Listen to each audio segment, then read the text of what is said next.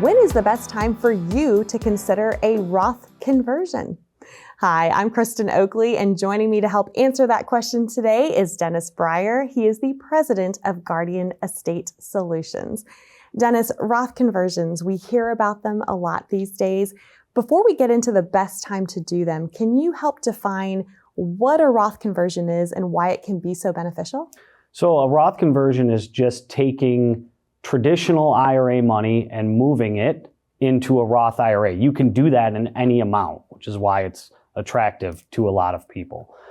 When you move the money to a Roth IRA, that money grows tax-free and it comes out tax-free. Most importantly, it comes out to your children tax-free, so it could be a really good thing in terms of legacy planning as well. So you're paying tax on your traditional IRA now to move it into a vehicle that is never taxed again. Yes, and it's not subject to required minimum distributions, which is also a beautiful thing. Correct, because if you have money in a traditional IRA, which most people do, when we're closing estates for people, the two biggest assets are home, IRA, almost always. You're forced to start taking that money out at age 73, effectively, so the government can tax you before you die. That's the goal. Right.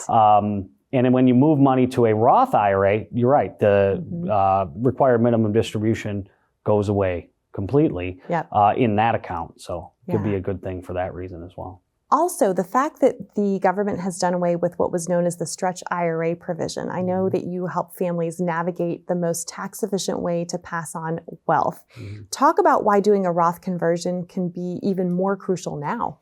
Yeah, you're referring to the Secure Act, which completely changed the game on inherited money in 2020. So the Secure Act says that if you're a child or 10 years or more younger than the deceased, you can no longer keep the traditional IRA you're inheriting for your whole life, which you used to be able to do. Now you have to pay the tax within 10 years.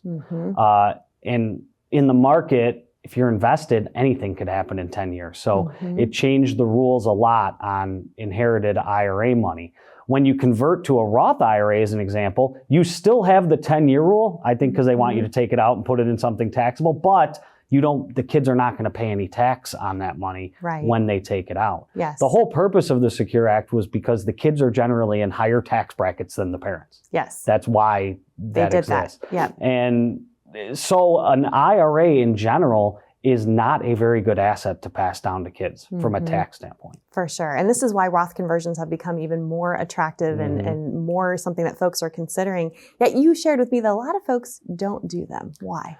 9 out of 10 people I bring this up to will not do a Roth conversion. And the reason why is they like the idea, they get that it makes sense, they love the idea of taking money that's forever taxed and changing it to money that's never taxed, but then they actually have to pay the tax. So then they get the number. If I convert X amount, my tax this year is going to be X. It's like, whoa. I will not do that. It's never fun to pay the tax bill, fun. right? Yeah. So, but it's like anything else. Right. If you exercise, there's a benefit to that, but people don't do it because it hurts. Right. If you pay off debt, there's a benefit to that, but people don't do it because they don't want to part with their savings. Right. The Roth is the same thing. The Roth conversion is the same thing in that if you make the Roth conversion, it probably is a good idea for you and your kids in some amount, but you have to be ready and willing to pay that tax bill.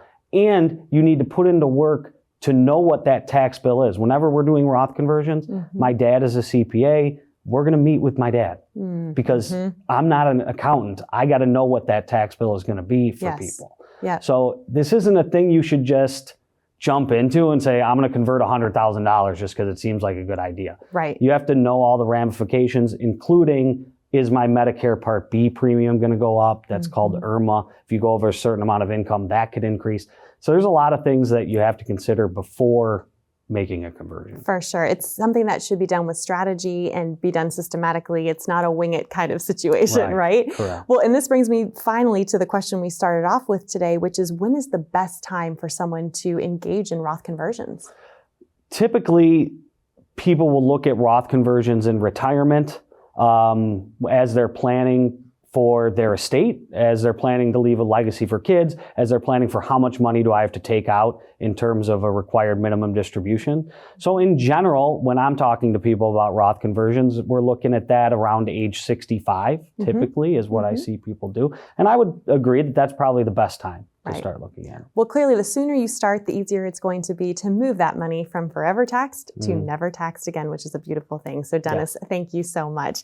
If this is something you have questions about for you and your loved ones, we encourage you to reach out to Dennis and the team of Guardian Estate Solutions. They are here for you. You can start your journey by calling the number you see on the screen below.